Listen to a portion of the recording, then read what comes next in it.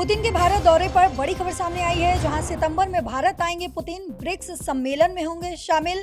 वहीं रूसी तेल पर छूट के बीच ये बड़ी खबर सामने आई है। आपको बता दें कि पश्चिम एशिया में लगातार युद्ध के माहौल बने हुए हैं। अभी हॉर्मूज पर जो संकट है वो थमने का नाम नहीं ले रहा और इसका असर पूरी दुनिया पर पड़ता हुआ दिख रहा है। लेकिन इस बीच रूस की दोस्ती भारत को लेकर साफ नजर आई। रूस ने यह साफ कहा कि रूस भारत के साथ खड़ा था, खड़ा है और खड़ा रहेगा। और अब इसी बीच पुतिन को लेकर ये बड़ी खबर आ रही है कि ब्रिक्स सम्मेलन में पुतिन शामिल होंगे और वो भारत दौरे पर आ रहे हैं और उससे पहले वो चीन दौरे पर भी जाएंगे। इसके क्या मायने हैं, सोनम मेरे साथ मौजूद है, सोनम आपको बताएंगी। सोनम, जहां अब तक हॉर्मूज को लेकर चिंता जो है, हॉर्मूज संकट जो है वो लगातार बनी हुई है, तो इस बीच अब पुतिन भारत आ रहे हैं, उसके क्या मायने हैं? बिल्कुल, यहाँ पर पल्लवी इस वक्त की बड़ी खबर है क्योंकि पश्चिम एशिया में इस वक्त जो संकट के बादल हैं वो मंडरा रहे हैं। लेकिन यहाँ पर पुतिन कब आएंगे और क्यों आ रहे हैं ये भी जानना जरूरी होगा, क्योंकि रूस के राष्ट्रपति व्लादिमीर पुतिन 12 और 13 सितंबर को नई दिल्ली में जो ब्रिक्स सम्मेलन चल रहा है उसमें शामिल होने के लिए भारत आएंगे। और दक्षिण अफ्रीका में जो रूसी दूतावास है उसके बयान के मुताबिक रूसी राष्ट्रपति व्लादिमीर पुतिन 12 और 13 सितंबर को नई दिल्ली में होने वाले आगामी ब्रिक्स शिखर सम्मेलन में शामिल होने के लिए भारत आ रहे हैं। और क्रेमलिन के सहयोगी यूरी उशाकोव ने इसकी पुष्टि की है। पुतिन नई दिल्ली में होने वाले जो ब्रिक्स सम्मेलन है उसमें हिस्सा लेंगे और मौजूदा भू राजनीतिक तनाव, पल्लवी, जो हम देख रहे हैं ब्रिक्स समूह के भीतर जो बढ़ता सहयोग देख रहे हैं उसके बीच ये एक महत्वपूर्ण कूटनीतिक जुड़ाव है। क्योंकि जैसा कि आपने बताया कि पुतिन पहले चीन जाएंगे और फिर हमने देखा था कि राष्ट्रपति डोनाल्ड ट्रंप भी चीन पहुंचे थे और वहां से हालांकि वो उनको कोई वहां पर जीत नहीं मिली। लेकिन अब यहां पर ये देखना होगा कि जब पुतिन चीन की धरती पर होंगे तो वहां से क्या कुछ चीजें निकलकर सामने आती हैं, क्योंकि हम देख रहे हैं कि हॉर्मूज में इस वक्त अमेरिका नाकेबंदी का दावा कर रहा है, वहीं ईरान भी झुकने को तैयार नहीं है। लेकिन इसी बीच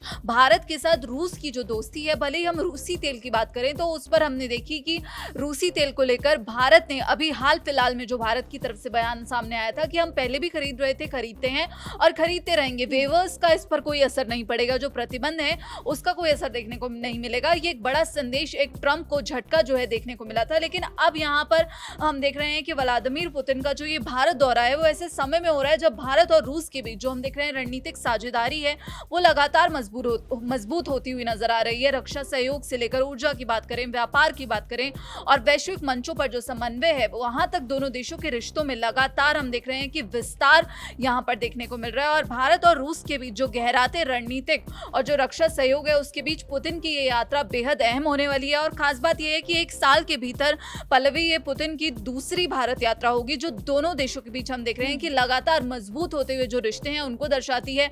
और यहाँ पर ब्रिक्स में रूस के विदेश मंत्री हैं सर्गी लावरोव, वो भी यहाँ पर आए थे और उन्होंने यहाँ पर सीधे संदेश दिया था कि हॉर्मूज में किसी भी जो देश है उसकी दादागिरी नहीं चलेगी। और अमेरिका को लगातार यहाँ पर तंज कसते हुए रूस नजर भी आया था और रूस ने ये गारंटी भी दी थी कि जो तेल है, जो गैस है, उसकी सप्लाई भारत को जो है जारी रहेगी, ये हम गारंटी देते हैं। तो यहाँ पर आप देखिए कि कई मुद्दों पर, कई मोर्चों पर लगातार हमने भारत और रूस की दोस्ती की मिसाल देखी है। लेकिन अब यहाँ पर एक बड़ा राजनीतिक संदेश, एक बड़ा रणनीतिक संदेश देखने को मिलेगा जब पुतिन भारत की धरती पर होंगे।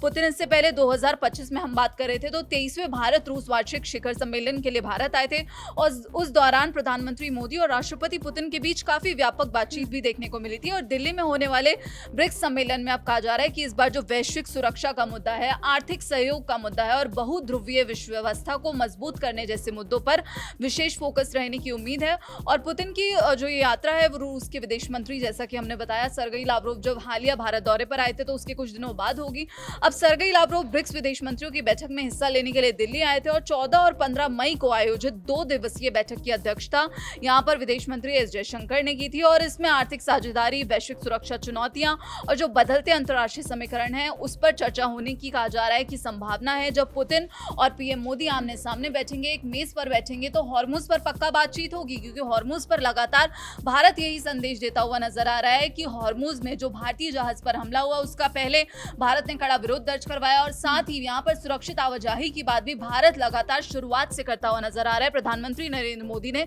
संसद से सीधे ये बयान दिया था कि वहां पर जो हमले हो रहे हैं वो बिल्कुल भी स्वीकार्य नहीं है, अस्वीकार्य हैं। और यहाँ पर सोनम, आपसे ये भी समझना चाहूंगी कि इस बीच हमने देखा कि किस तरीके से अमेरिका ने रूसी तेल पर जो है फिर से छूट दी है, इसके क्या मायने हैं? बिल्कुल, यहाँ पर पल्लवी, अमेरिका ने रूसी तेल पर जो है अब एक बार फिर से छूट दी है और ये ऐसे वक्त में हुआ है जब भारत ने पहले ही साफ कर दिया था कि हम जो है रूस से तेल खरीदते हैं और खरीदते रहेंगे। इसके बाद यहाँ पर जो है ट्रंप झुकते हुए दिखे, अमेरिका झुकता हुआ दिखा और यहाँ पर अमेरिका की ओर से जो राहत भरी खबर सामने आई, जिसमें कल तक ये कहा जा रहा था कि जो अमेरिका ने रूस से जो है सभी देशों को तेल खरीदने की अनुमति जो है 16 से 17 मई तक दी थी, लेकिन अब यहाँ पर उन प्रतिबंधों में छूट दी गई है, उसको बढ़ाने का फैसला लिया गया है और इसके बाद जो है अमेरिका इस छूट को 30 दिनों के लिए और बढ़ाएगा, जिससे जो देशों को रूसी समुद्री मार्ग से कच्चे तेल खरीदने की अनुमति मिल गई है। पेट्रोलियम व प्राकृतिक गैस मंत्रालय में संयुक्त सचिव हैं सुजाता शर्मा, जिनकी तरफ से कहा गया था अमेरिकी प्रतिबंध से मिली छूट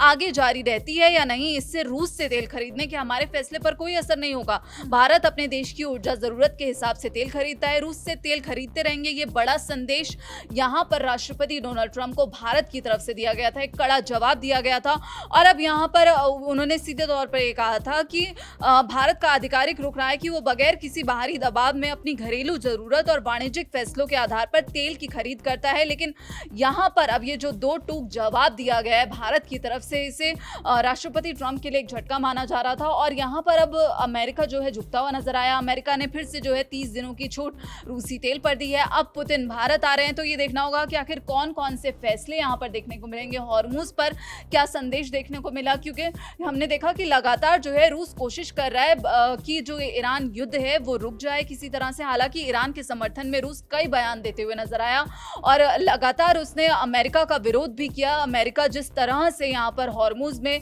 दादागिरी करे हुए, ये बयान रूस की तरफ से दिया गया था। लेकिन अब ये देखना होगा कि भारत की धरती से आखिर पुतिन ऐसे कौन से बयान देते हैं जिससे राष्ट्रपति डोनाल्ड ट्रंप को मिर्ची लगनी तय है। बिल्कुल, तो आपने समझा कि किस तरीके से अभी पश्चिम एशिया में युद्ध चल रहा है, लेकिन इस बीच पुतिन भारत आ रहे हैं और भारत की धरती से इस बार वो क्या संदेश देंगे ट्रंप को या फिर पूरी दुनिया को, ये आने वाले समय में पता चलेगा। लेकिन इस खबर पर आपकी जो भी राय हो कमेंट बॉक्स में जरूर लिखते जाइएगा।